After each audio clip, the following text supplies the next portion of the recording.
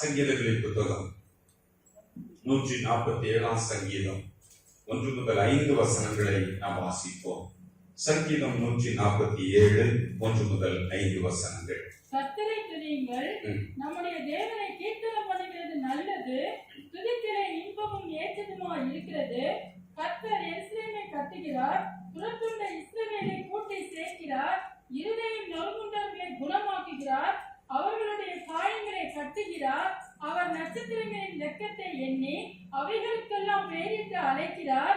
நம்முடைய ஆண்டவர் பெரியவரும் மகா பலம் உள்ளவருமாய் இருக்கிறார், அவருடைய அறிவு அளவில்லாதது. ஆமென். இருதயம் நொறுங்குண்டவர்களை குணமாக்குகிறார், அவர்களுடைய காயங்களை அவர் கட்டுகிறார். அல்லேலூயா. இருதயம் நொறுங்குண்டவர்களை அவர் குணமாக்குகிறார், அவருடைய காயங்களை அவர் கட்டுகிறார். நல்ல கவனிங்க, இந்த வசனத்தை நான் ஒரு 4-5 நாட்களுக்கு முன்னால தியானம் பண்ணபடி எடுத்து வைக்கிறேன். அப்ப யோசிக்கிறேன், கை கால் அடிபட்டா அதுக்கு ஹாஸ்பிட்டல் இருக்கு, டாக்டர் இருக்காங்க, ஏதோ ஓரளவுக்கு குணமாக்கிடுறாங்க. தையல் போட்டுறாங்க, பிளேட் வச்சிடுறாங்க. கவனிக்கிறீங்களா? கை கால் எலும்பு நரம்பு தசை எங்கேயோ அடிபட்டுச்சா அதை பயங்கரமா ஏதோ ஒரு வழியில செட் பண்ணி அல்லேலூயா கர்த்தருக்கு ஸ்தோத்திரம். ஆனா இருதயம் நொறுங்குண்டவர்ல வேற எவரும் குணமாக்க முடியாது. இருதயம் நொறுங்குண்டவர்ல வேற யாராலும் குணமாக்க முடியாது. சத்தமா சொல்லுங்க அல்லேலூயா. தேவன் ஒருவர் மட்டும்தான் குணமாக்க முடியும். அதற்காகவே இருதயத்தில் நொறுங்கி போனவங்களை, மனம் நொறுங்கி இருதயம் நொறுங்கி காயப்பட்டு நொந்து போனவங்களை குணமாக்கவே, காயங்களை கட்டவே தேவகுமாரன் இயேசு பூமிக்கு வந்தார். வாசிப்போமா? ஏசாயா தீர்க்கதரிசியின் புத்தகம் 61ஆம் அதிகாரம் 1 முதல் 3 வசனங்களை வாசிப்போம். கர்த்தராகிய தேவனுடைய ஆவியானவர் என்மேல் இருக்கிறார், சிறுமைப்பட்டவர்களுக்கு சுவிசேஷத்தை அறிவிக்கிறார். கர்த்தராகிய இயேசு கிறிஸ்து இந்த பூமிக்கு வந்த நோக்கம் பல்வேறு காரணங்கள். அதுல ஒன்று, சிறுமைப்பட்டவர்களுக்கு சுவிசேஷம் அறிவிக்க கர்த்தர் என்னை அபிஷேகம் பண்ணினார். இருதயம் நொறுங்குண்டவர்களை காயங்களை கட்டுவதற்கு அபிஷேகம் பண்ணினார். விடுதலை கட்டவிழ்த்தல்,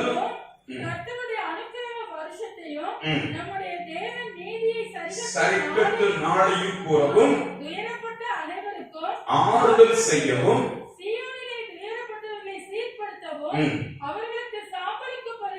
சாம்பலுக்கு பதிலாக சிங்காரத்தை கொடுக்கவும், ஒடுங்கின ஆவிக்கு பதிலாக துதியின் உடையை கொடுக்கவும் அவர் என்னை பரலோகத்திலிருந்து பூமிக்கு அனுப்பினார். சத்தமா சொல்லுங்க. எதற்காக இயேசு இந்த பூமிக்கு அனுப்பப்பட்டார்? இருதயம் நொறுங்குண்டவர்களை காயம் கட்ட, குணமாக்க. காலையில் நல்ல கவனிக்க, வேற யாராலும் இருதயத்தில் இருக்க காயத்தை புரியவும் முடியாது, காயம் கட்டவும் முடியாது. இருதயத்துல நொறுங்குண்டு இருக்கிறோம், காயப்பட்டிருக்கிறோம்னா ஒருவராலும் காயம் கட்ட முடியாது. அல்லேலூயா. இருதயத்தின் காயங்களை கட்டுகிறவர், இருதயத்தில் நொறுங்குண்டவரை குணமாக்குகிறவர் அவர் கர்த்தராகிய இயேசு கிறிஸ்து மட்டும்தான். நம்முடைய தெய்வம் மட்டும்தான். மனுஷனோ உலகத்துல எந்த படிப்போ அறிவியலோ விஞ்ஞானமோ எந்த மருந்தோ இருதயம் நொறுங்குண்டவர்களுக்கு காயம் கட்ட அப்படிப்பட்ட ஒன்று இல்லை இந்த உலகத்துல. சத்தமா சொல்லுங்களேன். அல்லேலூயா. லூக்கா 4ஆம் அதிகாரம் 18-19 வசனங்களையும் கூட வாசி. கர்த்தருடைய ஆவியானவர் என்மேல் இருக்கிறார், தரித்திரருக்கு சுவிசேஷத்தை பிரசங்கிக்கும்படி என்னை அபிஷேகம் பண்ணினார். இருதயம் நறுங்குண்டவர்களை குணமாக்கவும் சிறைப்பட்டவர்களுக்கு விடுதலையையும் குருடருக்கு பார்வையையும் பிரசித்தப்படுத்தவும் நொறுங்குண்டவர்களை விடுதலையாக்கவும் கர்த்தருடைய அனுக்கிரக வருஷத்தை பிரசித்தப்படுத்தவும் என்னை அனுப்பினார் என்று எழுதியிருக்கிற இடத்தை அவர் கண்டு. கவனிக்கிறீங்களா? எதுக்கு என்ன அனுப்பினாரு? பூமியில இருதயம் நொறுங்குண்டவருடைய அவர்களை குணமாக்கணும், அவருடைய காயங்களை கட்டும்படி அனுப்பப்பட்டார். பல காரணங்கள் இருக்கு. அதுல பிரதானமான காரணம் ஜனங்களுடைய இருதயங்கள் இருக்கிற காயங்களை குணமாக்கணும், காயங்களை கட்டணும். சத்தமா சொல்லுங்க. நம்முடைய காயங்கள் கட்டப்படுவதற்காக ஒரே ஒருவர் அனுப்பப்பட்டவர், அவர் இயேசு கிறிஸ்து. அல்லேலூயா. வேற யாராலும் நம்ம இருதயத்தின் காயங்களை குணமாக்க முடியாது, கட்ட முடியாது. ஆமென் சொல்லுவோமா? அல்லேலூயா. இருதயத்துல ஏன் இருதயம் நொறுங்குது? ஏன் இருதயம் நொறுங்குது? யாருக்கு தெரியும்? நொறுங்குதுன்னா என்ன? இருதயம் எப்படி நொறுங்குது? நொறுங்குதுன்னா என்ன? ஏன் நொறுங்குது? வாசிப்பு சில வசனங்களை. நீதிமொழிகள் 15ஆம் அதிகாரம் 13ஆம் வசனத்தை வாசிப்போம். நீதிமொழிகள் 15ஆம் அதிகாரம் 13வது வசனம். மனமகிழ்ச்சி முகமலர்ச்சியை தரும், மனோ துக்கத்தினாலே ஆவி முறிந்து போம். உள்ளான மனுஷன் முறிந்துருவான். மன துக்கம் ஒரு மனுஷனுக்குள்ள, ஒரு மனுஷிக்குள்ள, ஒரு தாய்க்குள்ள, ஒரு தகப்பனுக்குள்ள மன துக்கம் இருக்குன்னா அவனுடைய ஆவி முறிந்து போகும், இருதயம் நொறுங்கி போகும். ஹல்லேலூயா. சத்தமா சொல்லுங்க. மன துக்கம், மனதில் இருக்க துக்கம் தான் ஒரு மனிதனுடைய ஆவியை முறிய பண்ணுகிறது.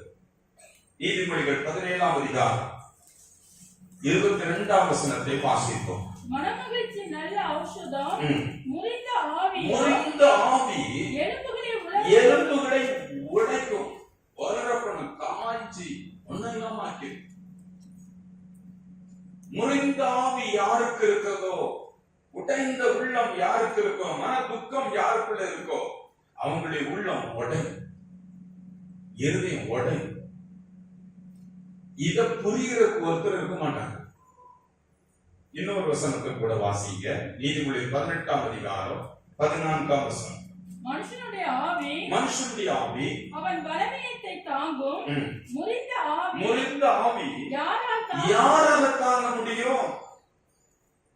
முறிந்த ஆவி யாரால் தாங்க முடியாத அளவுக்கு மனம் முறியும், மன துக்கம். அல்லேலூயா. மனுஷன் ரொம்ப உடைச்சு நொறுக்குற ஒரு துக்கம் கொண்டு வருகிற ஒரு காலம் மன துக்கம், முறிந்த ஆவி யாருக்குள்ள இருக்கோ அங்க உடைஞ்சிருக்காங்கன்னு அர்த்தம். அல்லேலூயா. கர்த்தருக்கு ஸ்தோத்திரம் உண்டாகட்டும். நான் குன்னூர்ல ட்ரைனிங் எடுத்துட்டு இருக்கேன். 77-78 வருஷங்கள்ல. நிறைய பேர் அந்த வருஷங்களை பார்த்துக்க மாட்டீங்க. என்ன போல கொஞ்சம் சீனியர், எனக்கு மூத்தவர்களுக்கு எல்லாம் 77-78 நினைவு வரலாம். கவனிங்க, அங்க பயிற்சி காலம். என் அக்காவுக்கு என்ன செய்கிறாங்கன்னா, திருமணம் ஒழுங்கு செய்திருக்காங்க, ஊருக்கு வர சொன்னாங்க. நான் லீவ் போட்டு ட்ரைனிங் பீரியட்ல நான் ஊருக்கு வரேன். நான் முதல் நாள் போனேன், நல்லா கொரட்டை விட்டு தூங்கிட்டேன். நல்ல தூக்கம். நெக்ஸ்ட் டே நிதானம் ஆயிடுச்சு. வீட்டுல கல்யாண காரியங்கள் நல்லா நெருங்கி வருது. இன்னும் ஒரு 10 நாட்களுக்குள்ள. அப்போ ராத்திரி திடீர்னு ஒரு நேரம் ஒரு முழிப்பு வருது. முழிப்பு வரும்போது நான் என் ரூம்ல இருந்து வெளியே போறேன். போகும்போது எங்க அப்பா கட்டுல உட்கார்ந்தே இருக்காங்க. தலையை குனிஞ்சு அப்படியே உட்கார்ந்து இருக்காங்க. உட்கார்ந்தே இருக்காங்க. நான் வெளியே போயிட்டு வந்தேன். திரும்பவும் நான் படுத்தது மாதிரி படுத்துக்கிட்டேன். கொஞ்ச நேரம் கழிச்சு திரும்ப வந்து பாக்குறேன், அப்பா ரூம்ல எழுப்பி கட்டிலே உட்கார்ந்து இருக்காங்க. உடம்பு சரியில்லாம இருக்காங்களோ, ஏன் அப்பா இப்படி உட்கார்ந்து இருக்காங்க? வீட்டுல ஒரு கல்யாணம் நடக்க போது அப்பா ஏன் இப்படி உட்கார்ந்து இருக்காங்க? அது பெரிய கேள்வி எனக்கு. பயங்கரமா அப்படியே உட்கார்ந்து எனக்கு தூக்கம் வரல. நான் நினைக்கிறேன் 1:30 இந்த நேரத்துக்கு நான் பார்த்திருப்பேன். அப்ப அப்பா எவ்வளவு நேரமா தூக்காம இருக்காங்க தெரியாது. நைட் எல்லாரும் லைட் எல்லாம் ஆஃப், எல்லாரும் தூங்குறாங்க, அப்பா மட்டும் தூங்கலையே. திரும்ப 1 மணி நேரம் 1 மணி நேரம் கழிச்சு திரும்ப வந்து பாக்குறேன், அப்பா தூங்கல. நல்லா அப்படி பார்த்துட்டு இனி நம்ம அப்பா டிஸ்டர்ப் பண்ணக்கூடாது அப்படின்ட்டு பேசாம ஆயிட்டேன். பிறகு எப்படி 2:30-3 மணி அந்த நேரத்துக்கு தூங்கி இருப்பேன் தெரியாது. காலையில அம்மாட்ட போனேன். எதுனாலும் முதல்ல அப்பாட்ட கேட்கிறத விட யார்கிட்ட கேட்போம்? அம்மாட்ட. அம்மா, அப்பா ஏன் நைட்ல தூங்கல? நான் 10 மணி நேரம் பார்த்தேன், தூக்காமலே அப்பா உட்கார்ந்து இருக்காங்க அப்படின்னு கேட்டேன். அம்மா சொன்னாங்க, கல்யாணத்துக்கு பணம் ஒழுங்காகலப்பா, நாட்கள் நெருங்கிட்டு இருக்கு, பணம் இல்லை, கல்யாணம் ரெடி ஆகுது, பணம் இல்லை, அதுதான் துக்கம். பிள்ளை கல்யாணம் பண்ணி கொடுக்கணுமே, இன்னும் இத்தனை நாள்ல இந்த பணத்துக்கு என்ன செய்வார்? தூக்கமே வரல. மனோ துக்கம். மன துக்கத்தினால ஆவி முறிந்து போகும். அல்லேலூயா. துக்கம் மனசுக்குள்ள இருக்க துக்கம் தான் இருதயத்தில் நுழைக்கப்பட்டது. இந்த காலையில் நல்லா கவனிங்க. எனக்கு ரொம்ப தூக்கி வாரி போட்டு அம்மாட்ட பேசிட்டு, எப்படி இதுல நான் என்ன செய்ய முடியும்? நான் ஒரு ட்ரைனிங், நான் சம்பளம் வாங்கணும்னு நீங்க கேட்டீங்கன்னா எனக்கு அப்பாயின்மெண்ட்ல 240 ரூபாய் மாசம் சொல்லுவோம். என் சம்பளம் எவ்வளவு? 240 ரூபாய். இதை வாங்கி எந்த இருட்டுக்குள்ள வாழ்க்கை வாட்டை கிடைக்கிறது? ஒண்ணுக்கு பார்க்காது. ஏன்னா பஸ் அளவுக்கே பார்க்காது, 90 பந்து போறக்கே பார்க்காது. அந்த மாதிரி ஒரு சம்பளத்தை வாங்குற நான் என்ன பண்றது? எனக்கு என்ன சப்போர்ட் பண்ண முடியும்? நான் ஒரே குடைச்ச கவனிக்கிறீங்களா? என்னால் அப்படியெல்லாம் பண்ண முடியாது. என்ன கவனிக்கிறீங்களா? நம்ம மனுஷர்கள் கடந்து போகிற பாதையில இருதயத்தில் நொறுக்குகிற பிரச்சனை நிறைய இருக்கு. மன துக்கத்தினால ஆவி முறிந்து போகும். அல்லேலூயா, அல்லேலூயா. ஆனா கர்த்தர் எனக்கு ஒரு ஆலோசனை கொடுத்தார், வழிகாட்டினார். ஆனா நான் நல்ல சம்பளம் வாங்கி உட்கார்ந்து அந்த அன்னைக்கு தேவை 2.5 லட்சம் ரூபாய், அந்த நாட்கள்ல 2.5 லட்சம் ரூபாய் தேவை. எனக்கு என் வேதாம கல்லூரியில எனக்கு கற்றுக் கொடுத்த பிரின்சிபல் அவர்கிட்ட பேசுறேன். எஸ்டிடி பூத்துல தான் போய் பேச முடியும், இப்ப போன் எல்லாம் கிடையாது. அது 3 கிலோமீட்டருக்கு அந்த பக்கம் போய் இப்ப பிரச்சனை அப்படி நல்ல ஜோம் பண்ணு தம்பி அப்படின்னாரு. எனக்கு பைபிள் கற்றுக் கொடுத்த பிரின்சிபல் நல்ல ஜோம் பண்ணு. அதுக்கப்புறம் சொன்னாரு, நான் உனக்கு கொடுத்துறேன், நீ என்னைக்கு உன்னால கொடுக்க முடியுமோ அப்ப எனக்கு கொடுத்தார். ஜெபித்தோம், அதுக்கு பதில் இதுதான். கர்த்தர் வழியும் தக்கிறார். அன்னைக்கு அந்த கல்யாணம் ஒரு 6 நாளைக்கு அப்புறம் அந்த பணம் வந்து சேர்ந்தது. இந்த கல்யாணம் ராஜரிகமா நடந்து போச்சு. என்ன நல்லா கவனிக்கிறீங்க. இருதயத்துல நொறுங்குண்ட பிள்ளைங்க கவனிக்க வேண்டிய ஒரு இடம். மனுஷரை தான் பயன்படுத்தணுமா இருக்கும், ஆனா கர்த்தர் தான் இருதய நொறுங்குண்டவருடைய காயங்களை கட்டுகிறார். அல்லேலூயா. காயத்தை கட்டுறதுக்கான வழியை உண்டாக்குகிறார். அல்லேலூயா. கர்த்தருக்கு ஸ்தோத்திரம் உண்டாகட்டும். யோபுவின் புஸ்தகம் 16ஆம் அதிகாரம் 14ஆம் வசனத்தை நாம் வாசித்தோம். நொறுக்குதலின் மேல் நொறுக்குதல் என் மேல் வரப்பண்ணினார். நொறுக்குதலின் மேல் நொறுக்குதல். நல்ல கவனிங்க. சின்ன சில விஷயம் நல்லதா இருக்கும், மற்றபடி எதிரெடுத்தாலும் நொறுக்குதல். சமாளிச்சுட்டு போயிட்டு இருப்போம், நொறுக்கப்படுகிறோம். நொறுக்குதலின் மேல் நொறுக்குதல் என்ன வந்துச்சு? இந்த காலையில கர்த்தருடைய வார்த்தையை கேட்கிற என் ஜனமே, நொறுக்குதல், உடைகிறது, நொறுங்குறது, நொறுக்கப்படுதல். வாழ்க்கையில நொறுக்கிறீங்களா? மனதில் துக்கங்கள் நிரம்பி இருக்கா? பல விஷயங்கள் அப்படி உட்கார்ந்துட்டு அப்படியே போயிட்டு இருக்கோம். வெளியில பாக்குறதுக்கு நல்லா போயிட்டு இருக்கோம், ஆனா உள்ளத்துல அழுதுட்டு இருக்கோம்.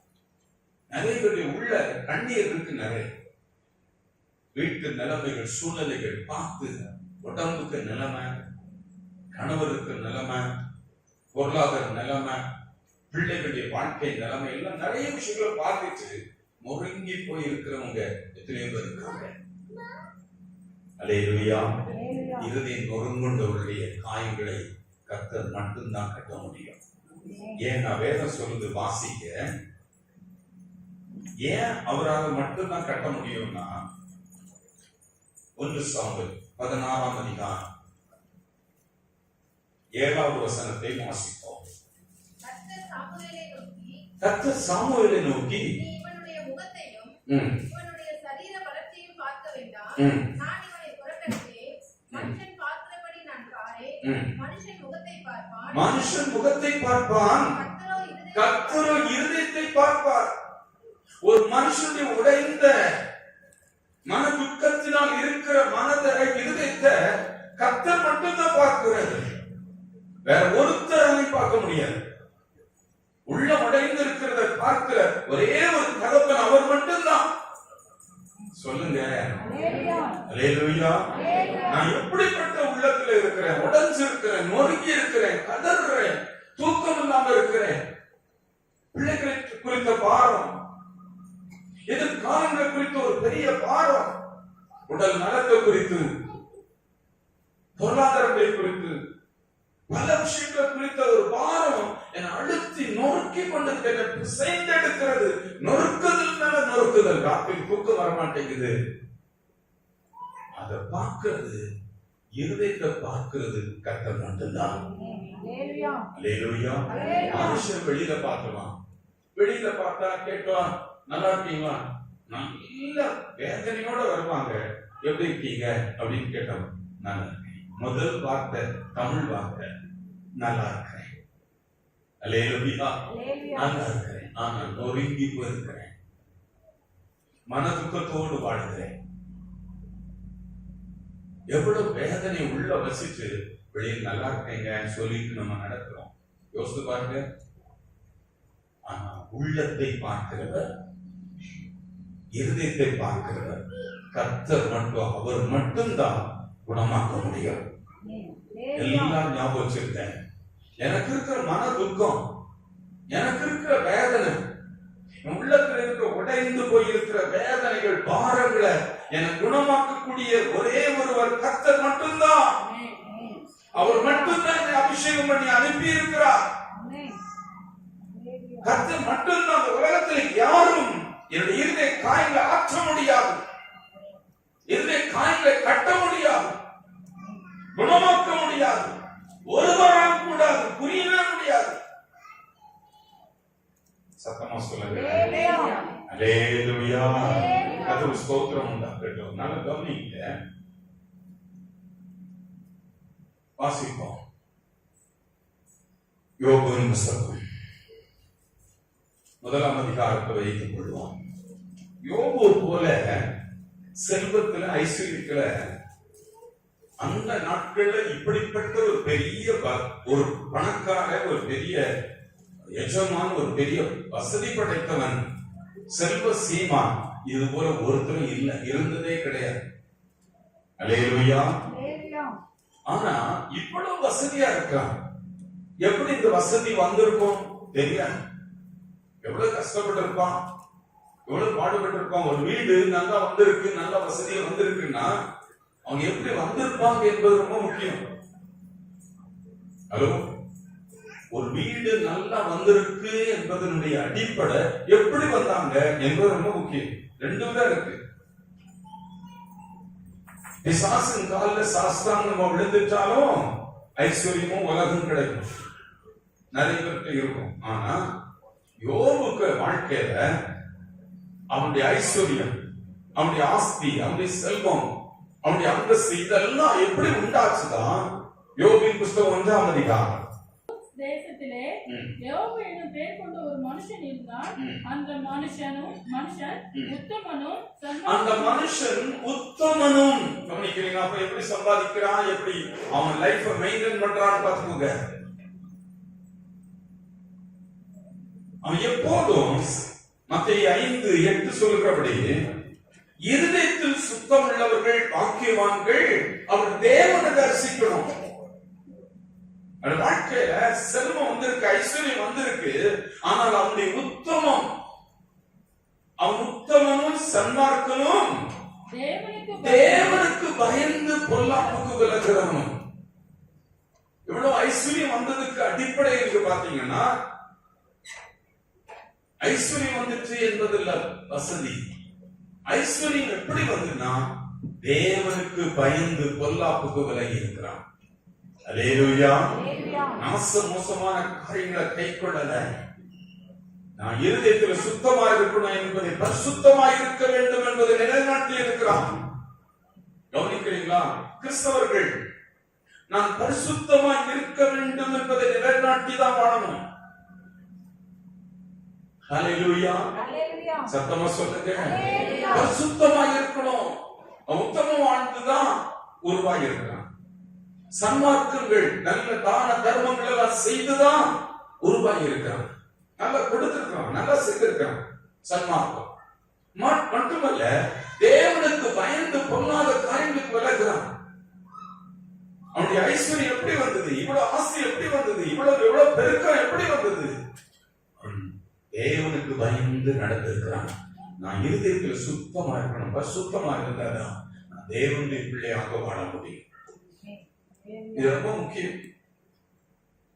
தேவனுடைய பிள்ளையாக வாழ்ந்துதான், பரிசுத்தமா ஜீவித்துதான் இதெல்லாம் வச்சிருக்கான். ஹல்லேலூயா.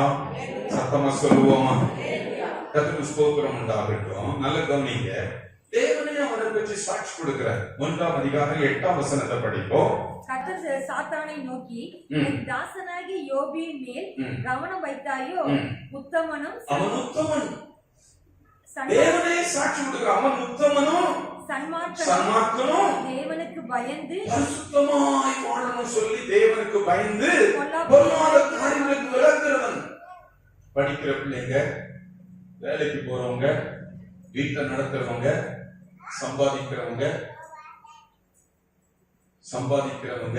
குடும்பம் நடத்துறவங்க எல்லாரும் கவனிக்க.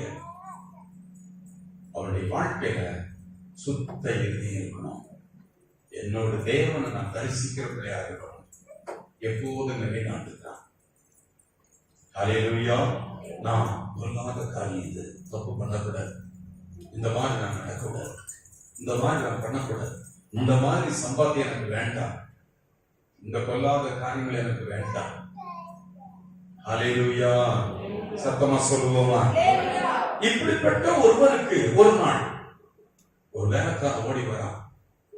வாசிப்போம். 1ஆம் அதிகாரம் 14-15 வசனங்களை சத்தமா வாசிப்போம். ஒரு ஆள் அவனிடத்தில் வந்து, எருதுகள் உழுகிற போது கழுதைகள் அவைகளின் பக்கத்திலேயே மேய்ந்து கொண்டிருக்கையில் சபையார் அவைகள் மேல் விழுந்து அவைகளை சாய்ந்து கொண்டு போனார்கள். வேலையாட்கள் பட்டய கருத்தினாலும் வெட்டி போட்டார்கள். நான் ஒருவன் மாத்திரம் தப்பி அதை உமக்கு அறிவிக்கும்படி வந்தேன் என்றான்.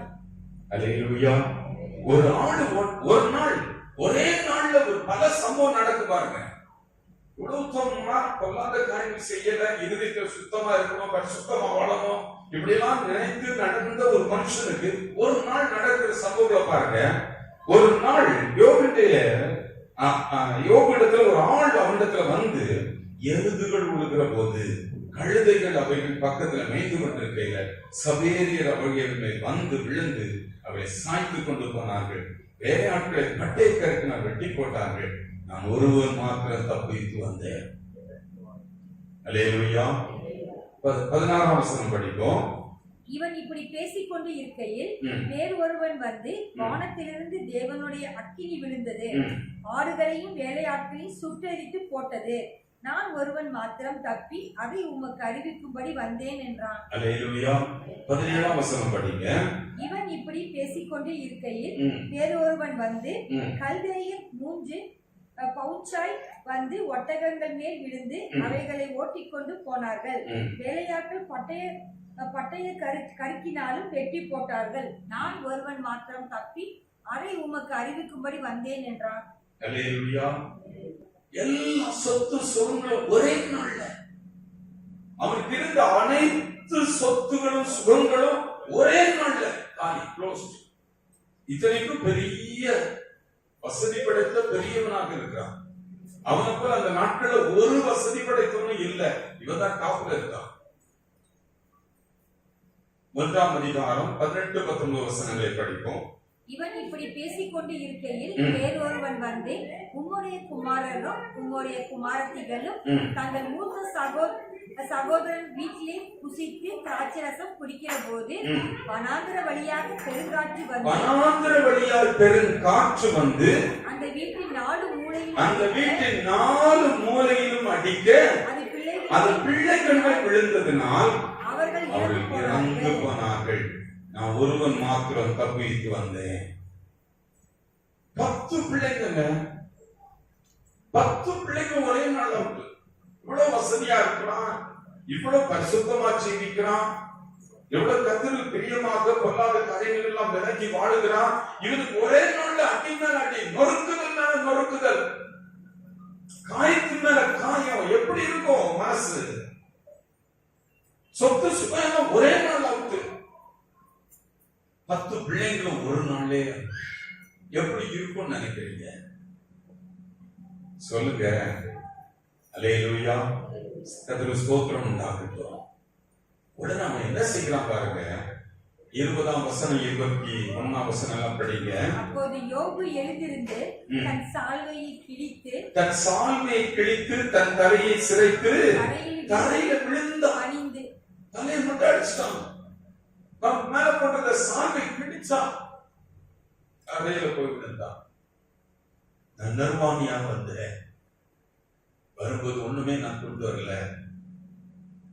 நான் நிர்வாணியாய் நான் திரும்புவேன். இதெல்லாம் கர்த்தர் கொடுத்தாரு. கர்த்தர் ஸ்தோத்திரம். கர்த்தர் எடுத்திருக்கிற கர்த்தர் ஸ்தோத்திரம். அல்லேலூயா. 22ஆம் வசனத்தை படிங்க. இதெல்லாம் நடந்த பிறகு இப்படி வசதிகள், வாய்ப்புகள், நல்ல காரியங்கள் இருக்கிற இடம் பெட்டர் ஆகும் நினைச்சிட்டு இருக்க இடத்துல இன்னும் நல்லா வரணும், இன்னும் நிறைய சம்பாதிக்கணும் அப்படி நினைக்கிற இடத்துல எல்லாமே மொத்தமா அவுட்டு. 22ஆம் வசனம் சொல்லுது பாருங்க. யோபு பாவம் செய்யவில்லை. இவை எல்லாவற்றிலும் இப்படிப்பட்ட இடத்துல தான் நல்ல கவனிங்க. யோபு பாவம் செய்யல, தேவனை பற்றி குறை சொல்லவே இல்லை, புலம்பி கொட்டுவோம், தூசித்து தள்ளுவோம். யோசித்து பாருங்க, கோபம் எரிச்சல் எப்படி பொத்துட்டு வரும். ஒரு சின்ன குறை வந்தா யாரு மேலேயாவது சாடி போனிருவோம்ல. ஹலோ, இந்த மாதிரி அடி விழுகிற நேரம், பாதிக்கப்படுகிற நேரம் யாரையாவது போட்டு தள்ளிடுவோம். நல்ல கொப்பளிச்சு வரும், தூஷணங்கள் புறப்பட்டு வரும். யாருமையா பழைய போட்டு அவங்கனாலதான் இவங்கனாலதான் அப்படின்னு போட்டு எல்லாம் வாங்கி கட்டிடுவோம். கர்த்தருடைய நாமத்தை தூசித்துவோம். ஆனா இவைகள் எல்லாவற்றிலையும் யோபு என்ன செய்யலையா? பாவம் செய்யவும் இல்ல, தேவனை பற்றி குறையே சொல்லல. தேவன் ஒரு இடத்துல குறை சொல்ல. சத்தமா சொல்லுங்களேன். அல்லேலூயா. இதுதான் நான் பரிசுத்தமான வாழணும். நான் தேவனுடைய பிள்ளை என்பது ஐடி காட்டு. எங்க போனாலும் அதுல ஆத்திரம் மந்தமா இருக்கும். அந்த நமக்கு ஸ்தோத்திரம். என் ஆவி அடக்கி போடும், என் வாயை கடிவாளம் விடும், என் கண்களுக்கு கலிங்க விடும். அல்லேலூயா. நான் அடக்கி கிறிஸ்தவருடைய பிள்ளைகளுடைய ஆற்றல். யோபு நிறைய தியானிக்கிறோம், ஆனா இதெல்லாம் நடந்த பிறகு ஒரு இடத்துலயாவது கேவலமா, கிண்டலா, மோசமா, நாசமோசமா, அவதூறா, தூஷணமா எதுவுமே பேசல, பாவம் செய்யவே இல்லை. ஆத்திரத்தை யார் மேலேயும் கொட்டல.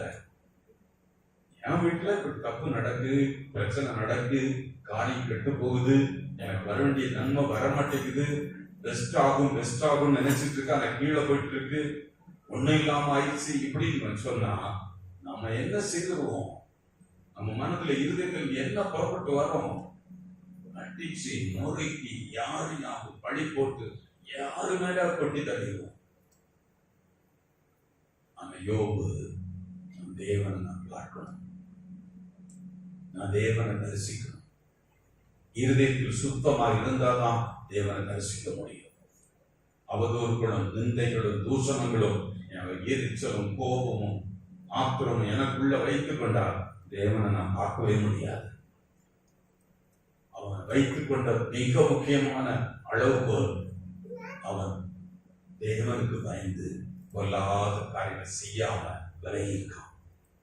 ஹல்லேலூயா, சத்தமா சொல்லுங்க ஹல்லேலூயா. கர்த்தருக்கு ஸ்தோத்திரம் உண்டாகட்டும். இன்னும் பாருங்க, யோபு 2ஆம் அதிகாரம் 7-8. ரொம்ப யாரை எதிர்பார்ப்பாங்க? ஒரு வீட்டுல ஹஸ்பண்ட் ஒய்ஃப் ப்ராப்ளம்னா முதல்ல எதிர்பார்க்கிற நபர் யார் பாருங்க, வாசிங்க 2:7-8 படிக்கும். அப்போது சாத்தான் கர்த்தருடைய சந்நிதியை விட்டு புறப்பட்டு யோபின் உள்ளங்கால் தொடங்கி அவன் உச்சந்தலை மட்டும் கொடிய பற்களால் அவனை வாதித்தான். கவனிக்கிறீங்களா? அவனுடைய சரீரத்துல உச்சம் தலையிலிருந்து உள்ளங்கால் வரைக்கும் கொடிய எரிபந்தமான கொப்பளம். ஒரு கொப்பளம் இருந்தாலே அந்த வலி தாங்க முடியாம என்ன செய்வோம்? ஒரு காரணம் 1000 சிலருக்கு. ஹலோ, உச்சிலிருந்து பாது வரைக்கும் எரிபந்தமான கொப்பளம். அவன் ஒரு ஓட்டை எடுத்து அவன் என்ன செய்யறான்? தன்னை சுரண்டிட்டு சாம்பலுக்கு உட்கார்ந்து இருக்கான். தான் பாதிக்கப்படுகிற போது யாரையும் வாயினால தூஷிக்கிறது நம்முடைய இயல்பாக இருக்கு. நாம் தேவனை தரிசிக்க முடியாது. இருதயத்துல சுத்தமாக இருந்தா தேவனை தரிசிக்க முடியும். பாவம் செய்யவே இல்லை, தேவனுடைய நாமத்தை தூஷிக்கவே இல்லை, எந்த தப்பு செய்யல, இப்படி கொப்பளெல்லாம் வந்துச்சு, தரையில உட்கார்ந்தா ஒரு ஓட்டை எடுத்து சுரண்டி பிச்சுட்டு வலிக்குது, பிக்குது, உடம்பெல்லாம் சுரண்டி சுரண்டி சுரண்டி சாம்பல போய் மண் அள்ளி போட்டு பொழுதில உட்கார்ந்து இருக்கான். 2ஆம் அதிகாரம் 9ஆம் வசனம் படிப்போம். அப்போது அவன் மனைவி அவனை பார்த்து இன்னும் உடைய உத்தமத்தில் உறுதியாய் நிற்கிறீரோ, தேவனை தூஷித்து ஜீவனை விடும் என்றாள். கவனிக்கிறீங்களா? இவங்க அமார்த்தமா இருக்கணும்னு சொல்லிதான் துன்பத்துல இன்பத்துல சுகத்துல துக்கத்துல துணையாக இருக்கணும் தான் வாக்கு கொடுத்து கல்யாணம் பண்ணிக்கிறாங்க. ஹலோ, கவனிக்கிறீங்களா? ஆறுதலா இருக்கணும், துணையா இருக்கணும், ஒருவருக்கு ஒருவர் ஆதரவாக இருக்கணும் தான் கர்த்தர் இவங்களை திருமணம் செய்ய வச்சிருக்காரு. ஏற்ற துணையாக இருக்க வேண்டிய மனைவி சொல்றா, இன்னும் பெரிய உத்தமத்துல இன்னும் இருந்துட்டு இருக்கிறது, தேவனை தான் தூஷித்து ஜீவன் உண்டு. ஹலோ, யோபுக்கு உத்தம குணங்களை பாத்தீங்களா? இருதயத்துல பரிசுத்தத்தை எப்படி பாதுகாக்கிறார் தெரியுமா? எப்படி பாதுகாக்கிறாரு? நான் தேவனை மட்டும் தரிசிப்பத, அவரை பற்றி கொள்வது, அவரை பார்க்கிறத, அவரோடு வாழுகிறத நான் ஒரு நாளை இழக்கக்கூடாது. கிறிஸ்தவ வாழ்க்கையினுடைய பிரதானம் அதுதான். எனக்கு இருக்க அத்தனையும் ஒழிஞ்சு போட்டோம், எல்லாம் ஒரே நாள்ல போகுது. நொறுக்குதல் மேல நொறுக்குதல், அடி மேல அடி, காயத்தின் மேல காயம். அல்லேலூயா. யோபுக்கு ஒய்ஃப் சொல்றா, நான் பெரிய நாட்டு தேவனை தூஷித்து ஜீவனை விட்டு போயா, ஒரு அவசியத்துக்கு போ, ஆண்டவருக்கு வரமா ஏதாவது ஒன்று பேசி போல.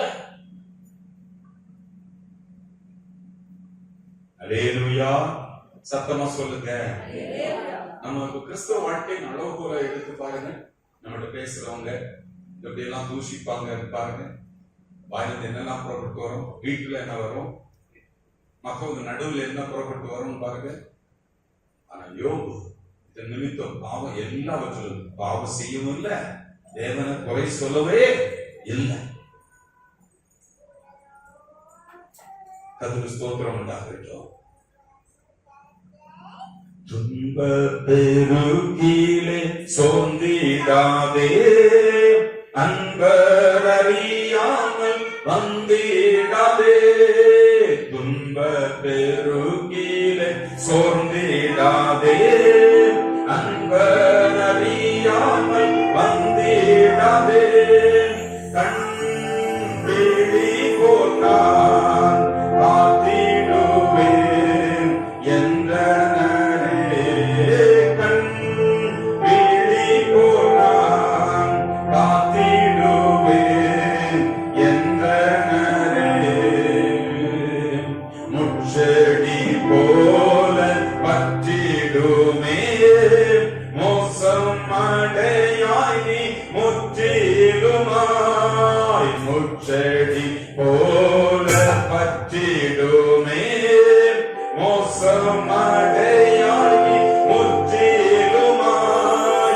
ஏன் கேடாதே நீ நேசரனில் தோன்றுவாரே. ஏன் கேடாதே நீ நேசரனில் தோன்றுவாரே. அன்பராம் இயேசுவை பார்த்து கொண்டு இன்பமாக அவர் பாதையுடே.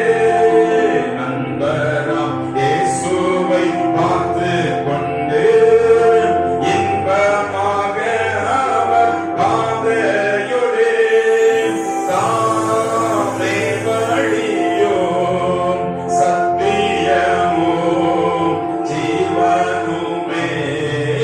தாமே வழியும் சத்தியமும் ஜீவனுமே. துன்பங்கள் வரலாங்க, துயரங்கள் வரலாங்க, போராட்டங்கள் வரலாம். ஆனா சுத்தமான இருதயத்தை நம்ம ஒரு நாளை இழக்கக்கூடாது. பரிசுத்தமான வாழ்க்கையை ஒரு நாளை இழக்கக்கூடாது. மீட்கப்பட்ட ஒரு வாழ்க்கையை நான் இழக்கக்கூடாது. தேவனை விட்டு பிரியக்கூடாது. தேவனை விட்டு பிரியக்கூடாது. யோபுகிட்ட நல்ல ஒரு பாடத்தை நம்ம கற்றுக்கொள்ளும். அல்லேலூயா. சத்தமா சொல்லுவோமா? கர்த்தருக்கு ஸ்தோத்திரம் உண்டாகட்டும். நல்ல கவனிங்க.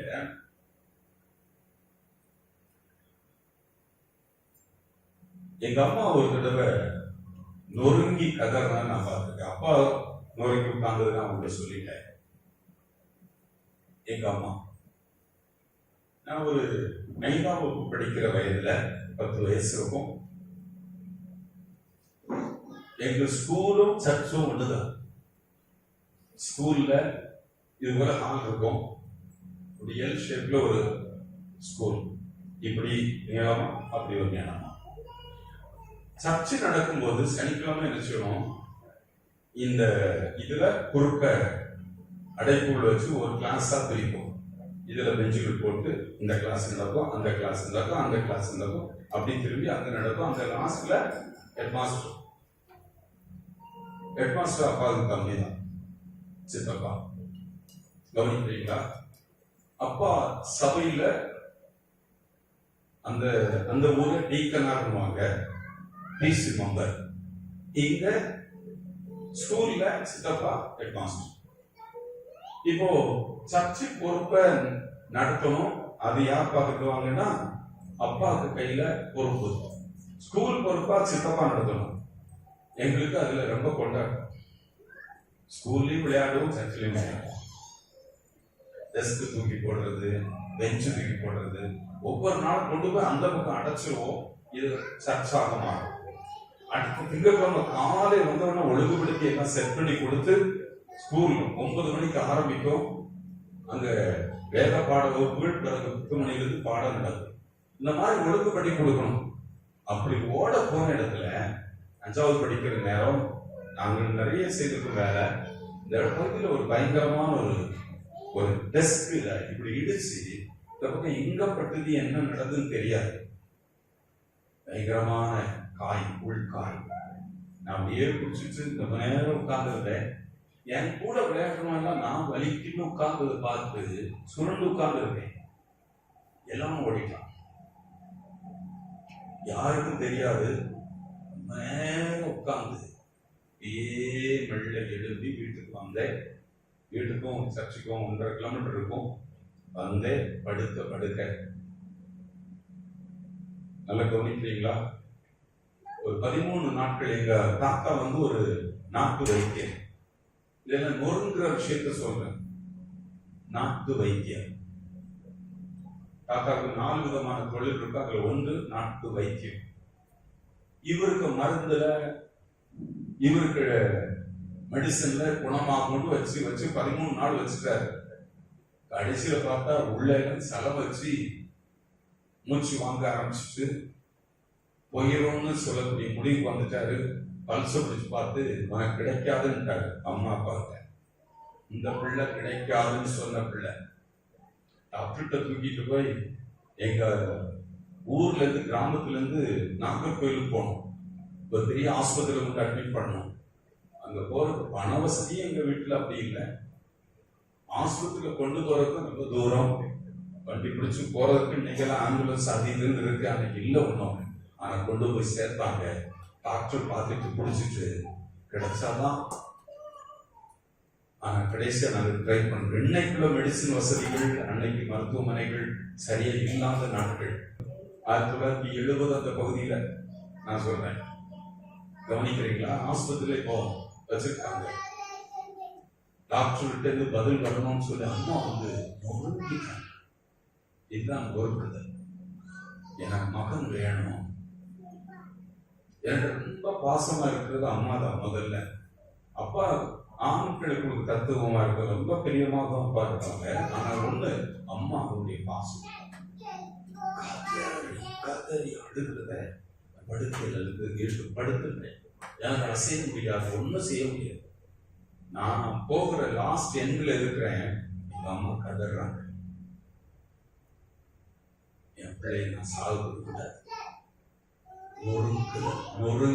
நொறுங்கி கதறி அழுகிறாங்க. எனக்கு தெரியுது. என்னால அவங்களுக்கு ஒன்றும் சொல்ல முடியாது. நான் உன்னை இல்லாம நான் வந்துடுவேன்னு சொல்ல முடியாது. அவங்களை ஆறுதல் படுத்தி என்னால் ஒன்றும் முடியாது. டாக்டரால ஒன்றும் முடியல. ஆனால் ஒரே ஒரு இடம், அம்மா ஆண்டவரை நோக்கி கூப்பிட்டாங்க. அந்த மருத்துவமனையில எங்க அம்மா வந்து இந்து மதத்துல வளர்ந்தவங்க, பூசாரிக்கு மகள். ஆனா கல்யாணத்துக்கு பிறகுதான் ஆண்டவரை கண்டுபட்டாங்க. அல்லேலூயா. அங்க ஆண்டவருடைய சமூகத்துக்கு வந்து ஆலயத்துக்கு வந்தவங்க எசப்பான அழுது தேம்பி அழுது நொறுக்குதல ஒரு சமூகத்துக்கு கொண்டு போனாங்க. கொண்டு போய் ஒரு பொருத்தனை பண்ணாங்க. என் பிள்ளைக்கு ஜீவனை தந்தீங்கன்னாப்பா, தானும் கேட்டுட்டு தந்தீங்கன்னா உழைத்து ஒப்பு கொடுப்பேன்ட்டார். இதெல்லாம் அதில் விடுது. எனக்கு ஒன்றும் பண்ண முடியும். நான் தான் சும்மா அப்படி படுத்த படுக்கையில் எப்போ போகுதோ தெரியாது. இன்னும் கொஞ்ச நேரத்தில் போயிடும் அந்த மாதிரி படுத்து கிடக்கு. ஆனால் கவனிக்கிறீங்களா? இருதையும் நொறுங்குண்டவர்ல காயங்களை கட்டுகிறார், அவளை குணமாக்குகிறார். அல்லேலூயா. நான் இதெல்லாம் யோசித்து பார்த்தேன். கொஞ்ச நேரம் இந்த வசனம் பார்த்தோன்னே இருதயத்துல நொறுங்கினா, உடம்புல காயங்கள் பட்டா ஆஸ்பத்திரி மெடிசின் எதையோ ஒன்றும் பண்ணி எடுத்து ரெடி பண்ணி விட்டுறாங்க, அரையும் குறையுமா தள்ளிடுறாங்க. உள்ள உடைஞ்சா அந்த காயத்தை கட்டுறது ஒரே ஒருவர் தான். அவர் மட்டும்தான் இருதயத்தை பார்க்கிறார், முகத்தை பார்க்கிறது, வெளியே பார்க்கிற அவுட்டோட பார்க்கிற மனுஷன், உள்ள பார்க்கிற கர்த்தர். அல்லேலூயா.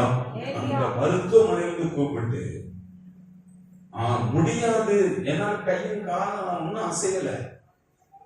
எனக்கு சும்மா ஸ்பூன்ல கொஞ்சம் இப்படி ஊட்டுறாங்க. தண்ணி ஜூஸ் மாதிரி தண்ணியும் பாலும் அப்படியே ஊற்றி கொடுக்குறாங்க. எனக்கு தெரியுது நம்ம போக போற முடியுதுன்னு எனக்கு தெரியுது. ஆனா அம்மா ஒரே ஒரு கண்ணீர், அந்த கண்ணீர் உடைந்த உள்ளத்திலிருந்து வந்த கண்ணீர், ஆண்டவரே என் மகனை ஜீவனத்தார் உயிரோடுத்தார். அல்லேலூயா. கர்த்தருக்கு ஸ்தோத்திரம். நான் ஊருக்கு வருவேன்னு நினைக்கவே இல்லை. அவங்க ஒப்பு கொடுத்துட்டாங்கன்னு நான் டக்கு டக்குன்னு எல்லாம் இறங்கி குதிச்சு வரல.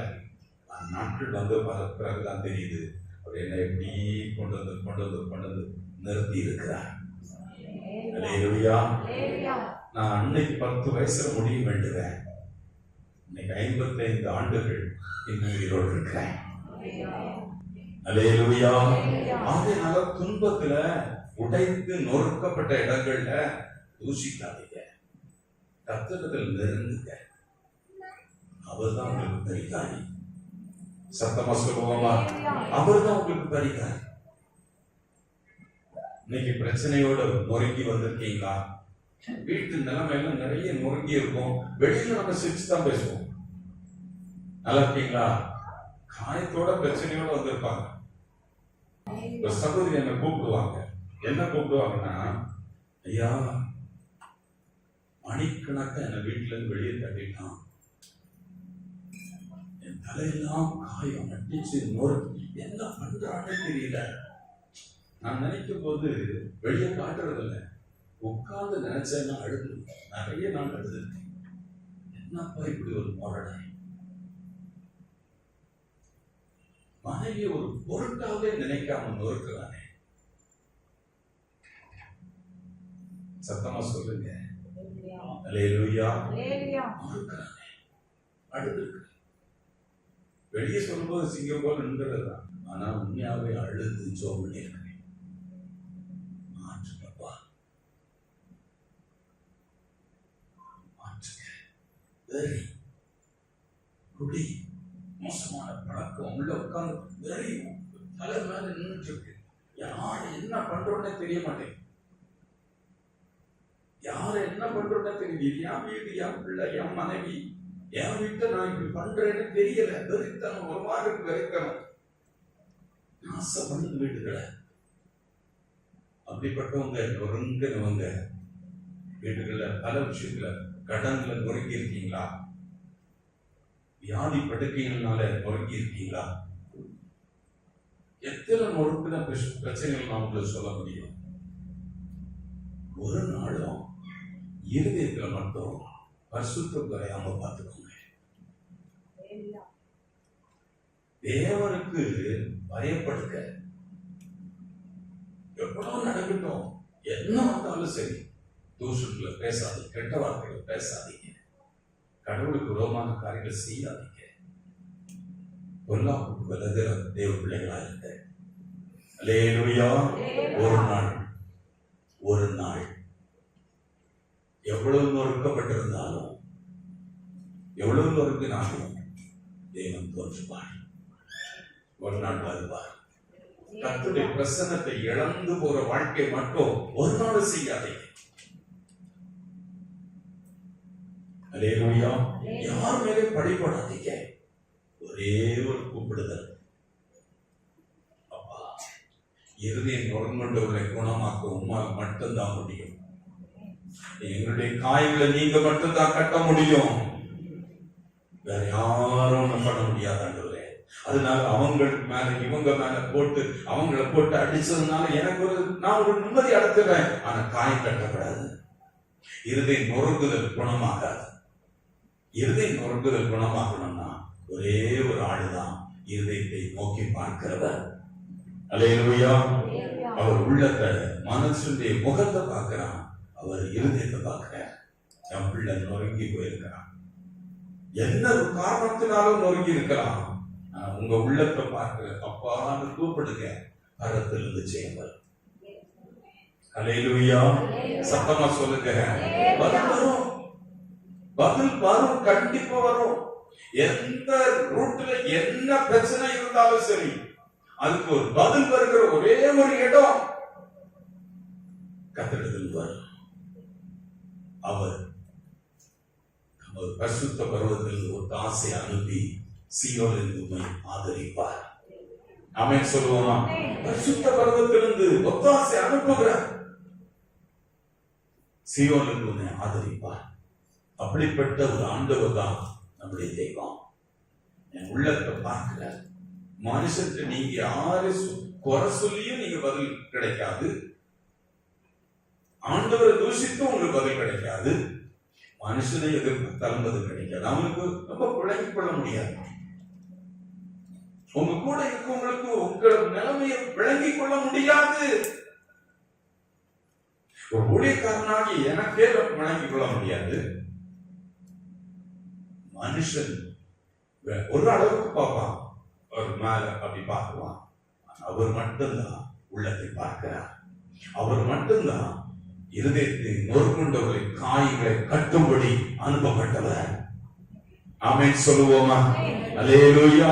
ஆகையினால நான் யார்கிட்ட போகணும்? எனக்கு ஒரு பதில் கிடைக்கணும்னா யார்கிட்ட போகணும்? என் நொறுங்கிற உள்ளத்திற்கு, என் இருதய காயங்களுக்கு நான் யார்கிட்ட நெருங்கணும்? அவர் மட்டும்தான்.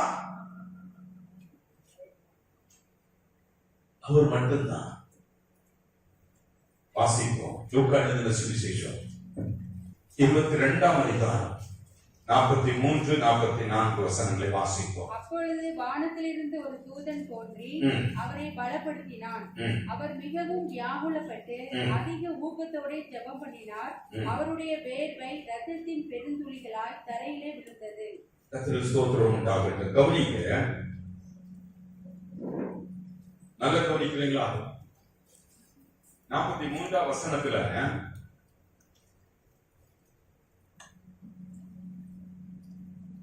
அப்பொழுது வானத்திலிருந்து ஒரு தேவ தூதன் தோன்றி அவரை தேற்றுகிறான்.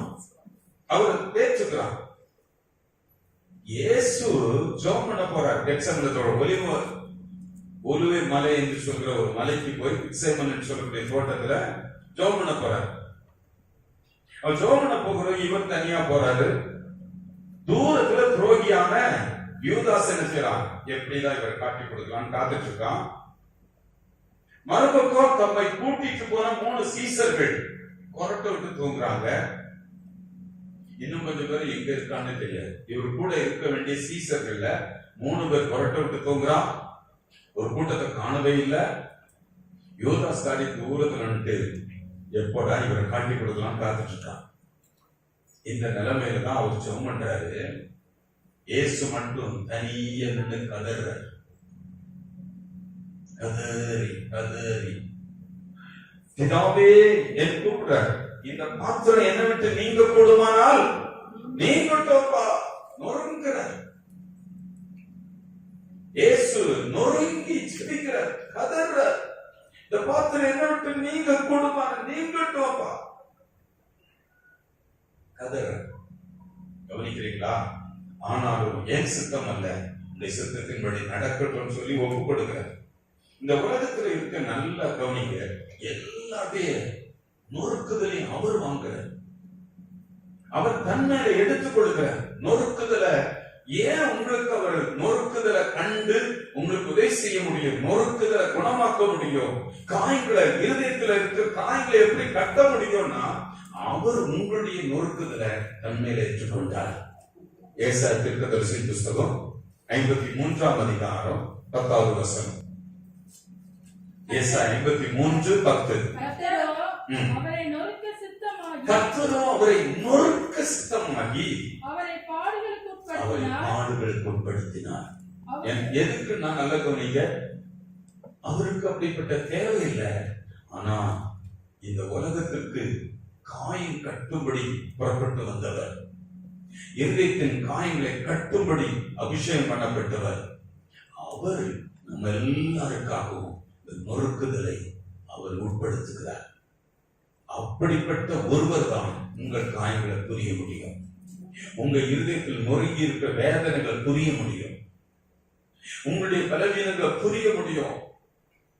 உங்க இருதயத்தின் கண்ணீரை அவர் காண முடியும். எங்கெல்லாம் நீங்க கண்ணீர் விடுறீங்க, எங்கெல்லாம் போராடுறீங்க, அந்த போராட்டத்தை அவர் காயப்பட்டார், அவர் நொறுக்கப்பட்டார், அவர் பாடுகளுக்கு உட்படுத்தப்பட்டார். அவர் நொறுங்குகிறார். அல்லேலூயா. இயேசு மட்டும்தான் நமக்காக நொறுக்கப்பட்டவர். இந்த உலகத்துல யாரும் நமக்காக நொறுக்கப்பட்டவர் இல்லை. அவர் மட்டும்தான் நொறுக்கப்பட்டவர். அவரை மட்டும்தான் நம்ம பார்க்கணும். அவர் மட்டும்தான் இருக்கிற எல்லாருடைய இருதயத்தின் காயங்களை மாற்ற முடியும், மாறுதல் உண்டு பண்ண முடியும், சுகம் கொடுக்க முடியும், ஆரோக்கியம் கொடுக்க முடியும், விடுதலை தர முடியும், வழி உண்டாக்க முடியும். ஆமென் சொல்லுவோமா? அல்லேலூயா. கர்த்தருக்கு ஸ்தோத்திரம் உண்டாகட்டும். இன்னைக்கு கடினமான பாதையில போயிட்டு இருக்கலாம். ஒரு டஃப் டைம். இது என்ன நல்லா நொறுக்கிட்டு இருக்குது. என் மகனை பற்றி காரியம் எனக்கு ரொம்ப நொறுக்குதலா இருக்கு. என் சரீரத்தில் சுகம் எனக்கு ரொம்ப மனசு ரொம்ப பாதிக்குது. என்ன ஆகுமோ? என்ன ஆகும்? சரீரத்தில் நொறுக்குதல் ஆனாலும் இருதயத்தில் நொறுக்குதல் ஆனாலும் ஒரு குணமாக்குற கர்த்தர் அவர் மட்டும்தான். அல்லேலூயா. சத்தமா சொல்லுவோமா? அல்லேலூயா. கர்த்தருக்கு ஸ்தோத்திரம் உண்டாகட்டும். நீங்க நல்லா கவனிங்க. இதெல்லாம் நம்ம கவனிக்கணும், ரொம்ப முக்கியம். நான் முன்னால ஒரு புத்தகத்துல படிச்சதை உங்களுக்கு நினைவுபடுத்துறேன். ஆலிவர் கிராம்பெல் என்று சொல்கிற ஒரு அமெரிக்காவில் ஒருத்தர். இவர் ஒரு இங்கிலாந்தில் ஒருவர். நல்ல கவனிங்க. இவர் ஒரு ராணுவ ஆட்சி செய்கிறவர், ராணுவ தளபதி. இந்தியாவை இவர் தான் ஆளுகிறார். இங்கிலாந்தை வார்த்தை மாறுது, இங்கிலாந்தை இவர் ஆளுகிறார். இவருக்கு நாட்கள்ல கடினமான சட்டம் வச்சிருக்கார். ஒரு ராணுவ போர் வீரர் இந்த சட்ட திட்டங்களுக்கு உட்படாம பல தப்புகள் பண்ணிட்டார், ஒரு குற்றம் பண்ணிட்டார். இது போய் அவருக்கு காம் கேட்டுச்சு, அவர் கூப்பிட்டாரு, நிப்பாட்டினாரு. இவர் தப்பு பண்ணாரு நிரூபிக்கப்பட்டது. உடனே அவர் என்ன செய்தாருன்னா, இந்த தப்புக்கு இந்த தண்டனை என்று வைத்திருக்கிறபடி இந்த ஊர்ல ஒரு மாதா கோயில் இருக்கு. வழக்கமா இருக்கிற மணிக்கு சாயங்காலம் பெல் அடிக்கும். அந்த பெல் அடிக்கிற நேரம் இவரை சுட்டு கொண்டிருந்தேன் என்று சொல்லிட்டார். இன்னைக்கு தீர்ப்பு, நாளைக்கு சாயங்காலம் இது நடக்கும். போர் வீரர்கள் என்ன செய்தாங்க? இந்த ராணுவ வீரரை நல்ல கையெல்லாம் கட்டி தனியா கொண்டு நிறுத்தி மறுநாள் சாயங்காலத்துக்கு காத்திருக்காங்க. அந்த கோயில பெல் அடிக்கிற நேரம் இவர் என்ன செய்யணும்? சுட்டு கொல்லணும். அவ்வளவுதான், சுட்டு கொல்லணும். இப்போ ரொம்ப நேரம் ஆகுது. சாயங்காலம் குறிப்பிட்ட நேரத்துல பெல் அடிக்க வேண்டிய நேரம் பெல் அடிக்க மாட்டேங்குது. பெல் அடிக்கல. அந்த ஆலிவர் கிராம்பெல் என்று சொல்கிறவர், என்ன துப்பாக்கி சுடுற சத்தமே இல்லையே, என்னாச்சு? பெல் அடிக்கலையே, என்னாச்சு? அவர் ரொம்ப கவனிக்கிறார். கவனிக்கும் போது என்ன நடந்திருக்கு அப்படின்னா, பெல் அடிக்கிற நேரம் இருட்டுது. ஒரு பெண் ஓடி வரா. தலையெல்லாம் காயம், ரத்த ஓட்டம், கையெல்லாம் நொறுங்கி கொண்டு வந்து அந்த ராணுவ தளபதிக்கு முன்னால, ஆட்சி செய்யறவருக்கு முன்னால வந்து பொத்து விழுந்து கையை ஏறி காட்டுறா. ரத்த காயம் செதஞ்சி நொறுங்கி உட்கார்ந்து 2 கை. என்ன செய்திருக்கிறான்னா, இந்த துப்பாக்கி குண்டுகளுக்கு சுடப்படணும்னு சொல்லி வைக்கப்பட்ட அவன் திருமணத்திற்கு இவளுக்கு என்று நியமிக்கப்பட்டிருக்கிறான். அல்லேலூயா. சத்தமா சொல்லுங்க. அல்லேலூயா. எனக்கு கணவராக வர வேண்டியவர் அவர் இன்னும் இன்னைக்கு நாளைக்கு இவர் குற்றம் புரிந்திருக்கிறார். அவரை சுட்டுக் கொல்ல போறாங்க. அவரை காப்பாற்றணும்னு சொல்லி அவர் மத்தியானத்திலே, மறுநாள் இன்னைக்கு சொல்றாரு, நாளைக்கு மத்தியானத்திலேயே போய் அந்த மணிக்கூண்டுல ஏறி அந்த பெல்ல நல்ல கையினால பத்தி பிடிச்சிட்டாங்க. ஒரு பக்கமும் இந்த பெல்லுடைய நாக்கு போய் பெல்ல அடிக்க முடியாது. அடிக்காம தன் கையினால இறுக பற்றி பிடிச்சுக்கிட்டான். அடி அடி அடி வெள்ளை இழுத்து அடிக்க அடிக்க அடிக்க கைதான் அடிபட்டிருக்கு, கைதான் சிதைஞ்சிருக்கு. 2 கையும் தலையும் அடிபட்டு மண்டையெல்லாம் காயம், ரத்தம், கையெல்லாம் காயம், சிதைஞ்ச கையோட இறங்கி கஷ்டப்பட்டு இறங்கி அவருக்கு முன்னால் வந்து விழுந்தார். மூச்சு ஆகி விழுந்து சொல்றா, ஒரே ஒரு வார்த்தை சொன்னா, எனக்கு இவருக்கு திருமணம் ஒழுங்கு செய்யப்பட்டிருக்கு, அவர் மறிக்கிறத நான் விரும்பல, அவர் எனக்கு உயிரோட வேணும்னு சொல்லிதான் அவரை காப்பாற்ற முடிந்த முடிவெடுத்தேன் என்று சொல்லி முடித்தான். ஆண்டவர் தளபதி அவருக்கு உள்ளே எல்லாம் மாறிச்சு. என்ன சொன்னாரா? இது நடந்த சம்பவம், இது கதையில் நடந்தது. அவர் என்ன செய்திருக்கிறாரு? அவருக்கு உள்ள மாறிடுச்சு. உன்னை நான் விடுதலை ஆக்குறேன், அந்த போர் வீரனை விடுதலை ஆக்குறேன்னு சொல்லி அனுப்பி விட்டாராம். என் அன்புக்குரியவர்களை கவனிக்க, நீங்களும் நானும் நொறுக்கப்பட வேண்டிய காரியங்களுக்காக இயேசு சிலுவையில நொறுக்கப்பட்டார். உங்க நொறுக்குதலை மாற்றி, உங்க காயங்களை மாற்றி, உங்க சரீரத்தில் இருக்கிற நொறுக்குதல்கள், சரீர பிரச்சனைகள், குடும்ப பிரச்சனைகள், பொருளாதார பிரச்சனைகள், உங்க மனசை ரொம்ப நொறுக்கி கொண்டிருக்க நொறுக்குதல் மேல் நொறுக்குதல், இப்படி இருக்க வீடு, இப்படி போயிட்டு இருக்க, என்ன பண்ணுவேன் சொல்ற காரியங்களுக்காக இயேசு சிலுவையில நமக்காக நொறுக்கப்பட்டார். நாம் பார்க்க வேண்டிய ஒரே ஒரு இடம் சிலுவை நாதர் இயேசு.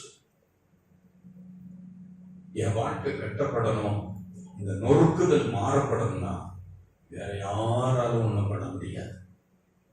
அவருக்கு நேரா போய், ஆண்டவரே இந்த விஷயம் நான் நொறுக்கி தடுதப்பா, என் தூக்கத்தை கெடுக்குது ஆண்டவரே, மனசை புழிஞ்சு எடுக்குதப்பா, நொந்து போயிருக்கிற, உடைஞ்சு போயிருக்க, ஒரு கட்டுதலே இல்லையா வீட்டுல, ஒரு மாற்றமே இல்லையே, இவன் ஒரு மாற்றமே, மனதே மாற மாட்டேங்கிறாங்க, இவன் ஒரு மாற்றமே இல்லாம இருக்கிறாளே, ஆண்டவரே என் மனசு இதெல்லாம் புரியுதப்பா,